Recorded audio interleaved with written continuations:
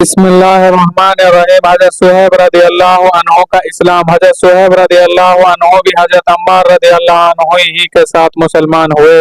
نبی کریم صلی اللہ علیہ وسلم حضرت ارقم رضی اللہ عنہ کے مکان پر تشریف فرما کے کہ یہ دونوں حضرات علیحدہ علیحدہ حاضر خدمت ہوئے اور مکان کے دروازے پر دونوں اتفاق اکٹھا ہو گئے۔ ہر ایک نے دوسرے کی غرض معلوم کی تو ایک ہی غرض یعنی اسلام لانا اور حضور صلی اللہ علیہ وسلم کے فیض سے مستفید ہونا دونوں کا مقصود تھا۔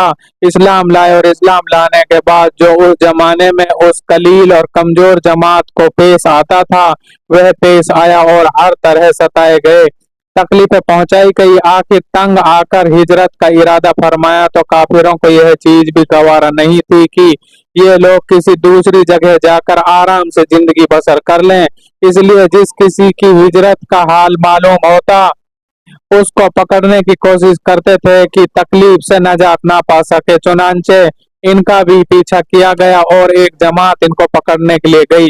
انہوں نے اپنا ترکش جس میں تیر رکھے جاتے ہیں سنبھالا جس میں تیر تھے اور ان لوگوں سے کہا کہ دیکھو تمہیں معلوم ہے کہ میں تم سب سے زیادہ تیر انداز تیر چلانے والا ہوں، جب تک ایک بھی تیر میرے پاس باقی رہے گا تم لوگ مجھ تک نہیں آ سکو گے، اور جب ایک بھی تیر نہ رہے گا تو میں اپنی تلوار سے مقابلہ کروں گا یہاں تک کہ تلوار بھی میرے ہاتھ میں نہ رہے۔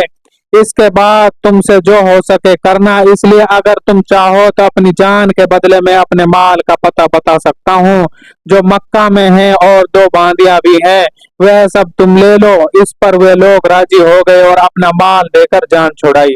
حضور صلی اللہ علیہ وسلم اس وقت کوبا میں تشریف فرما تھے۔ صورت دیکھ کر ارشاد فرمایا کہ نفع کی تجارت کی۔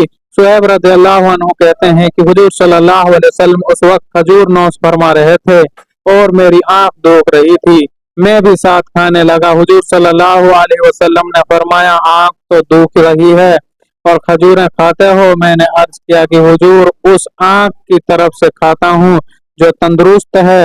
حضور صلی اللہ علیہ وسلم یہ جواب سن کر ہنس پڑے۔